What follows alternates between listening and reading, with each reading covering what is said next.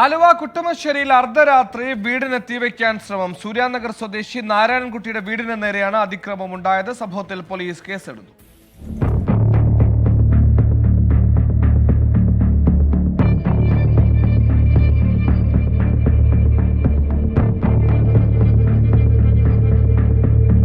ഇന്നലെ രാത്രി 12 മണിയോടെ വീട്ടുകാർ ഉറങ്ങിക്കിടക്കുമ്പോഴാണ് സംഭവം. മതിൽ ചാടിക്കടന്ന അക്രമി വീടിന്റെ വാതിലിൽ പെട്രോൾ ഒഴിച്ച് തീ കൊളുത്തുകയായിരുന്നു. തടികൊണ്ട് നിർമ്മിച്ച വീടിന്റെ ചുമരിലും തീ പടർന്നു. ഗൃഹനാഥൻ ഇടയ്ക്കുണർന്ന് പുറത്തേക്ക് പോയപ്പോഴാണ് തീ കത്തുന്നത് കണ്ടത്. ഉടൻ തന്നെ വെള്ളമൊഴിച്ച് തീ കെടുത്തി. അടുത്ത വീട്ടിലെ നിരീക്ഷണ ക്യാമറയിൽ പ്രതിയുടെ ദൃശ്യമുണ്ടെങ്കിലും രൂപം വ്യക്തമല്ല. പോലീസ് എത്തി തെളിവുകളും വിരലടയാളവും ശേഖരിച്ചു. മൊബൈൽ ടവർ ലൊക്കേഷനും നിരീക്ഷണ ക്യാമറകളും പെട്രോൾ പമ്പുകളും കേന്ദ്രീകരിച്ച് അന്വേഷണം നടക്കുകയാണ്. ആശാരിപ്പണിക്കാരനായ നാരായണൻകുട്ടിയോട് വ്യക്തിവിരോധമുള്ള ആരോ ആണ് ആക്രമണം നടത്തിയതിന് പിന്നിലെന്നാണ് പ്രാഥമിക നിഗമനം.